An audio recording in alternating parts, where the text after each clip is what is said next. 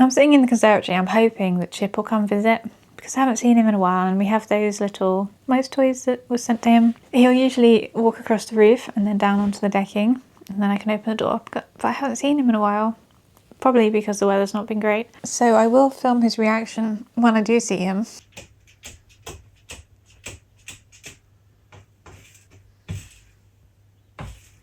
Thank you for your opinion on the coat. The consensus was that yes, it looked way too big on me. That coat's going back, and I have decided to take it upon myself to make a coat. And I've given myself a short period of time in which to make it. Tapered in at the waist and flares out like a skirt, and is a dipped hem at the back, so longer at the back than the front. And it looks cute. It looks like it will be flattering rather than swamping. And I've not seen a coat shaped like that to buy. And fabric wise, it will cost me less to make it than it would to buy it. Based on the coat that I bought, which came in at about £135, the fabric that I bought has cost me, and the buttons, £82. So I'm saving a decent amount of money by making the coat, which doesn't always work out that way. Let's go and have a look at the fairy garden, see what the state it's in. I've not been maintaining it. I can see grass. There's no grass over there to seed, but I can see grass. I see all the strawberry plants are still there. There's the blackcurrant. See what's still growing. These are the blueberries. You can see the orange and red leaves, which is pretty. So this is one of the plants I planted, and that. So we've still got flowers. Those leaves are tender, really pretty yellow. Pink berry bush. The fruit was actually nice. I tried it. I didn't really plant much over this side. My bench. It's really nice underneath the acer. There's these leaves. Little helicopter things. Oh, it went too fast. No. That's the ground coverage thingy. Some of these weeds. The fern's still there. Can't see Chip anywhere. It's definitely not looking its best now.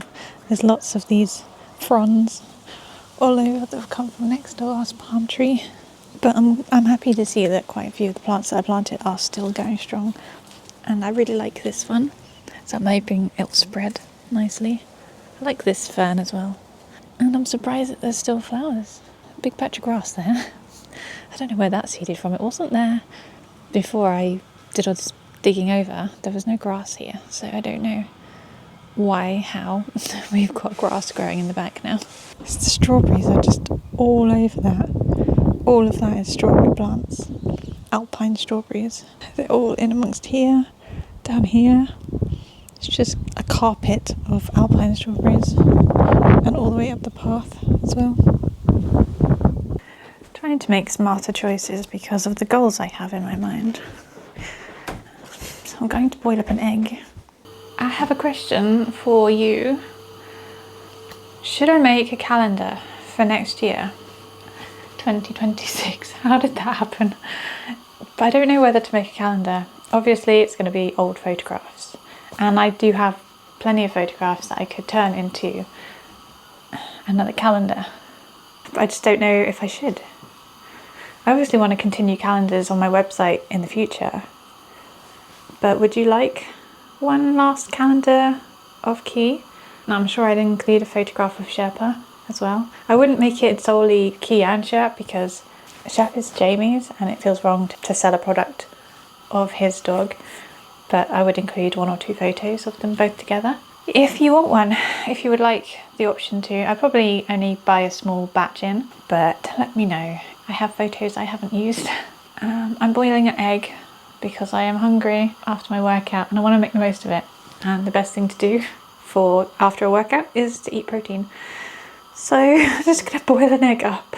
I find eggs really boring. Can you give me some ideas to make eggs more exciting? I tend to season them with like salt and pepper. I've had them as omelettes, but I find omelettes kind of boring.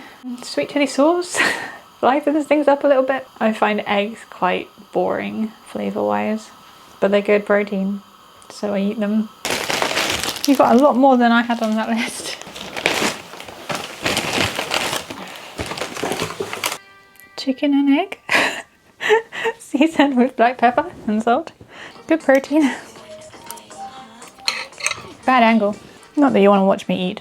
To address quite a few comments I have had on the last 2 videos when I was talking about when I get a dog. A lot of people have said to rescue, and I love the idea of rescuing. The trouble is that where I live, it's hard enough finding a puppy, a husky puppy, in the area that I can travel to.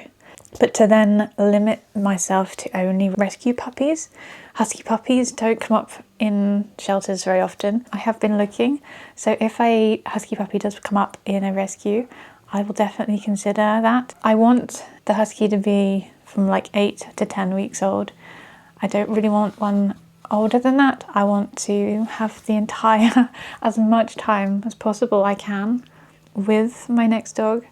So I want to get them as young as I can whilst it being safe. So I wouldn't go younger than 8 weeks old. But again, that's another limiting factor for rescue dogs, because usually if somebody's had a husky puppy and they've been unable to keep them, then they've probably had them for maybe a month. So that's already weeks of valuable time bonding and loving on the dog gone. Yes, I totally agree with rescuing, but at the same time, it would make it really hard for me to find a husky, take even longer to try and find one, and would take potentially months of puppyhood away from me. And I really want as much possible time with my next dog as I can, because their lives are so short, and I want to maximize what life I can have with my next husky. So I have seen the comments about it, and it is in my mind as a place to look, but I can't let it limit me as to where I get my dog. But I do want to go somewhere responsible. I want a healthy dog, so I want to go somewhere that has health checks and everything like that, to make sure that getting a dog from somebody that's doing it responsibly, breeding responsibly. And while we're on the topic of dogs and Key, we have a walk that I went on, I think it was back in March, so it was just after we lost him. This is what I'm wearing, and a coat because it's very cold. It is 5 degrees and windy, and it's going to be even colder on the moors. And it was a good family trip. I think it was called Borator, around a reservoir, and it helped to clear my head a bit, get some fresh air. It was a nice long walk. I needed getting out of the house, because I think at that point I wasn't leaving the house very often at all. Went with Paige and Vic, my mum and my niece, and it was a nice walk.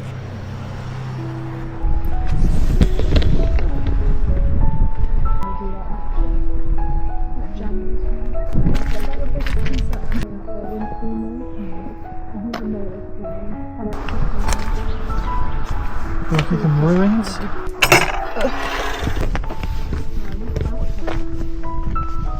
Longstone Manor.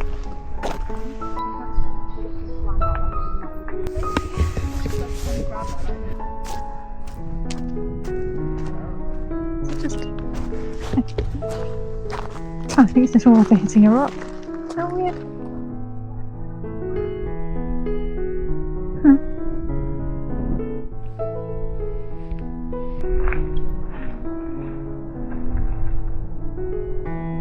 Not bad, actually.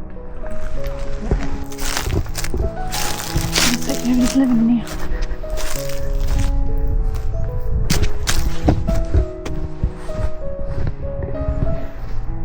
Yeah, cool. Little cave.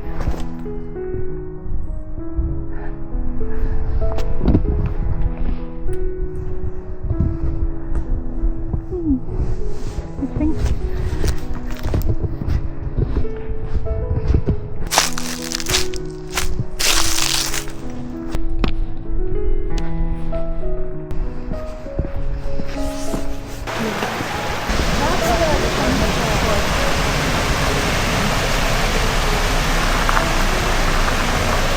And we stopped for some lunch. I think I had a waffle sundae. But it's not. Yeah, it's like the sauce, the bechamel waffle sauce bechamel. Isn't it like a lasagna? Oh. That's another reason why I'm doing the gym thing. Not just for my fitness, but it gets me out of the house, and I get to socialise. I get to talk to people as opposed to talking at people. I get to have conversations with other people other than my mum and my family. It's nice to just be around people. It's good for that aspect as well. Oh, I really need a dog, don't I? See, Key got me out of the house a lot. I would spend so much time out of the house, especially when he was young. We would go for walks and we'd be out until midday, get all the way to the beach, and we'd spend a couple hours there and then a hike back. And just being forced to go out of the house every single day, always walking. And it's weird, you don't realise how much of a part of your life it becomes until you stop doing it. When you stop going on those walks, and then suddenly there's just all this time that you don't know how to spend it anymore. And then also, because your body is used to the morning exercise, if you don't then do something, it makes you feel quite sluggish also that you've wasted your day. It does to me anyway. If I don't do some exercise, I was starting to feel it really bad. I was starting to get quite nauseous during the day. I would be sat here and I would just feel so sick and nauseous. And I think it was just the lack of outside and exercise, even though I'm in this room, which is like being outside without being outside. And I would have the door open. I was still feeling really gross. Starting all the exercise has so improved my mental state and my physical state, and I'm not nauseous anymore. Feeling a lot better. I'm so happy. I decided to start doing these sessions with my PT. He's great. He is so encouraging and has made me enjoy the time I spend there. Very happy that I did it, and even after these sessions end, I've only got 2 weeks left. So I've not got any more this week, but next week I will have 3, and then the following week 2. Don't have very many sessions left, but I think I will continue them after this course is done because I enjoy it. I might go down to 1 a week, or I might stick with 2. I don't know. We shall see. Thank you so much for watching. I hope you enjoyed the video. I know it wasn't too exciting, but it was a little bit more chatty, and I will hopefully get something a bit more exciting coming your way soon. And I'll see you in the next one.